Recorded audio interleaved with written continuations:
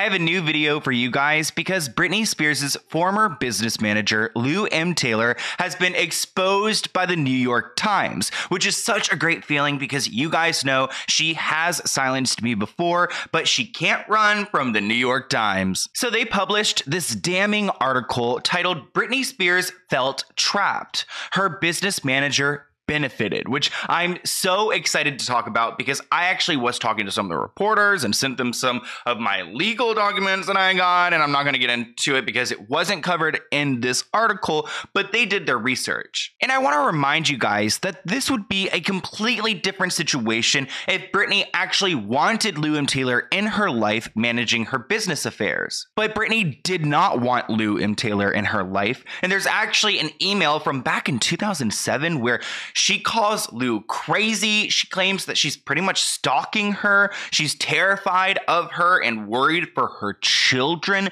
She's literally asking her lawyer here to take care of it. So she did not want this woman in her life, but really she had no choice because Lou and Taylor forced herself into her life, at least according to the New York Times. And trust me, guys, she tried to get this article stopped. She did not want this article to go out there because she knows how bad it'll be for her reputation. She literally sent Liz Day, the New York Times reporter, 8 cease and desists and tried to shut up a bunch of former employees from TriStar, and they tried everything in their power to stop this article. So what the hell is Lou M. Taylor hiding? I mean, why is she so scared for everyone to read this article? Let's start off by talking about this loan situation. They write, in early 2008, a small-time Tennessee company with big-time aspirations made a loan to Britney Spears' father, who for years had struggled financially. And then less than a month later, after this loan situation, TriStar is managing Britney Spears. So it's really interesting to see that Jamie Spears got a loan from a Tennessee company, and then his daughter magically signed to TriStar, a company and a business manager she did not want to be with. We all know back in the day in 2006, 2007, early 2008, Britney was struggling. I mean, we all go through, life events, and she was going through it publicly, and the world wasn't easy on her. So Britney was going through hell. She lost custody of her children. She was put on 5150 hold, and her father, who had filed for bankruptcy and struggled with his own issues, because you guys know Jamie Spears is an alcoholic, decided to come back into Britney's life and pretty much save her from everything. So it's super convenient that Britney's father was trying to get back into her life to help her out while Lou M. Taylor was trying to get through the door. So at a time when Britney was hospitalized, her father was working as a cook, and he actually received a $40,000 loan from TriStar. And when I saw that, I was like, okay, I had a lot of things go through my mind because that sounds like not like a loan, but like a signing bonus. Like, oh, if you get TriStar, in the door, if you allow us to take over Britney's life, like, we'll give you this $40,000. We'll call it a loan because if you don't get us into Britney's life, then we're going to want that money back. But it seems like, honestly, in my opinion, that this looks like a signing bonus for pretty much signing his daughter away to TriStar. And honestly, the biggest takeaways from this New York Times article is how much money was manipulated by this business manager, allegedly, and by Britney's father. So they revealed in 2010, Britney's team donated tens of thousands of dollars to a charity that Lou M. Taylor had ties to, a charity that's very anti-LGBTQA plus and all of that. They don't like the gay people, and pretty much Britney's estate was donating a ton of money to them. On top of that, her father, who collected millions of dollars from his daughter as conservator, also donated 10% of that income to the church that's run by Lou M. Taylor's husband. So it's not looking good, and they're sending a ton of money to something that Britney doesn't believe in. Another situation the New York Times article addressed was the whole baptism thing. You may have seen this very bizarre picture of Lou M. Taylor with Jamie Spears, and they just got baptized in some kind of river. So back in 2017, Lou M. Taylor's husband actually baptized Jamie Spears and Lou M. Taylor in the Jordan River of Israel.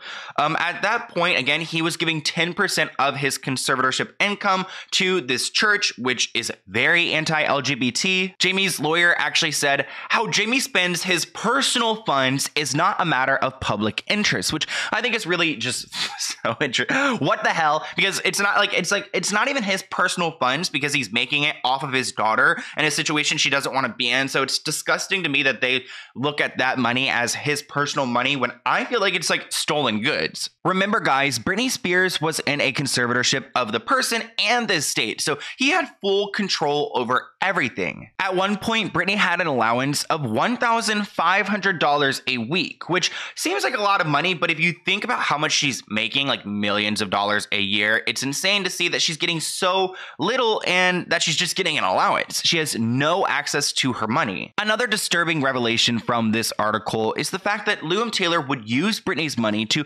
boost her own reputation. She used Britney's estate to pay for ads in Hollywood to praise Lou Taylor and TriStar. In 2016, Britney told a court-appointed investigator that she wants the conservatorship to end and she's sick of being taken advantage of. Then the following year, Variety profiled Lou Taylor and said that she's the best of the best, and he even gave a quote from Britney Spears saying, "So proud to be working with Lou Taylor," which again doesn't add up to what she's actually feeling. One of the lawyers said that this is actually a common practice for managers to go and pay for ads and things like that, and that Britney actually signed off on it, which I'm sure she did, but like, did she willingly? Like, who knows? Also, is she signing off on it, or is her father signing it? Like, who really knows at the end of the day, because she has no right, or she had no rights at this point. So really, I feel like her father could sign off for her and they can get away with it. There are two more things I want to talk about in this video. So you guys already know that Britney Spears' business manager would manage her financial affairs and her bookkeeping and all of that. And it actually looks like one of the most secret accounts at TriStar is Britney's account. And they have bookkeepers who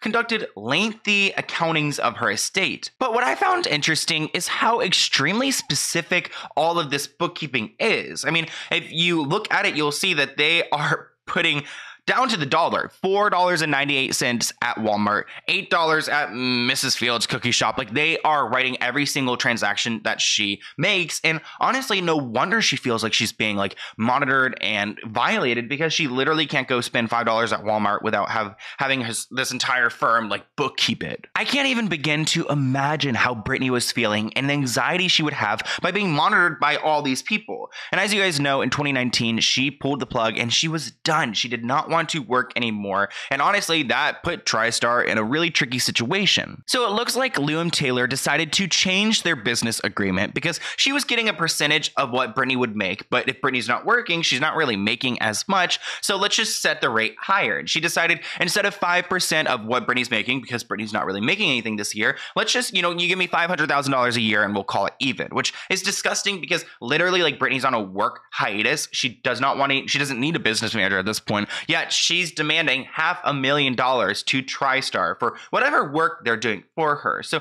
obviously money is the root cause here, the root of all evil. And you can tell that, like, that's obviously what Lou Taylor and them are worried about, because whenever Britney went into hiatus because she's not doing well, they didn't go and try to save her. They tried to send her away, put her into a rehab facility, and make sure they get their money at the same time. There's one more thing I'd like to mention in this video, because I actually saw that someone who worked with J-Lo had something to say about Lou Taylor and Robin Greenhill, who is someone who also worked at TriStar. So this person named Tish shares that pretty much Lou Taylor and Robin would randomly show up at J-Lo's behind stage or on set, and Jennifer never liked it. Tish actually claims that Lou never knew her when she was at Britney events, but when she was at J-Lo's backstage, she would act like they're best friends, and she was super confused on how fake someone could be. So it's interesting that there's a bunch of people in the industry who kind of like roll their eyes at Lou Taylor. So I think we can safely say that Jennifer Lopez is not on Team TriStar.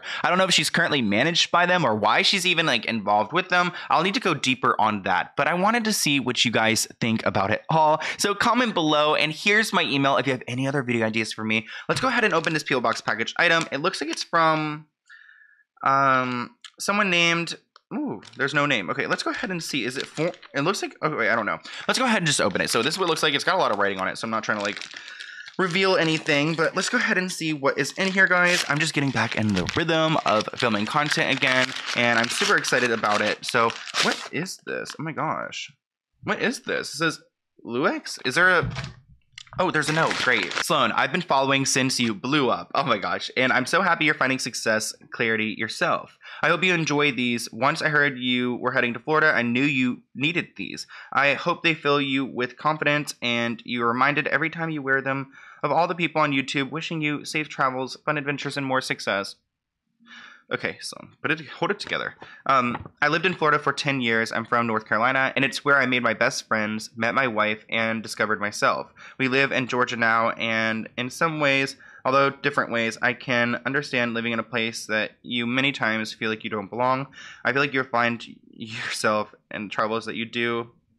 You're an asset to your community. Okay, this is like super nice. It makes me emotional. Thank you for all the hard work pumping out the content. If you ever need a podcast, I have one where I narrate true horror stories. Oh my god, it's called Nightmare Society. So I'll list that below. It's on all the podcast apps and YouTube as well. That's awesome. I'll link that all below. Thank you for re-inspiring my YouTube goals as well. Oh, that's awesome. Thank you, Kyle. That's really sweet. I really appreciate that. We just moved, so I can't find any business cards, but I'll go ahead and list everything below. That's so sweet. Thank you. I really appreciate that. It's so nice to get like a nice letter, you know? I'm also just like, I feel like, I don't know. I've just got a lot happening recently. I can't even speak. Oh, wow. Wait, so this is his card right here. Kyle Haggard? And I'll list everything below. The host of the Nightmare Society. What the hell? So is this the night? Oh my gosh, look.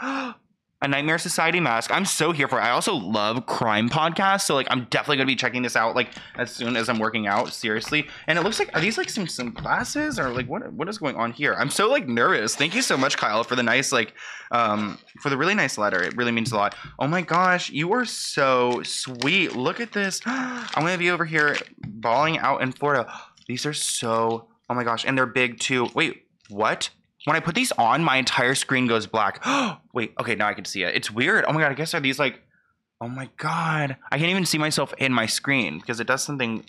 Wow, these are so nice and they fit me really well. Thank you so much. I can't wait to rock these in Florida. And it's gonna be nice to think about you, Kyle, and your wife, and just like, I don't know, really nice people. And it feels so good having people like, you know, wish you well. Especially because like sometimes I feel like so hopeless. Like even this morning I was talking to my friend, I just feel like so hopeless. So thank you so much. Really, like maybe I'm motivating your YouTube like goals and stuff, and I'm really glad I'm doing that, but you're like motivating my life. So thank you for that, and I'll see you guys in a new video soon. Bye guys.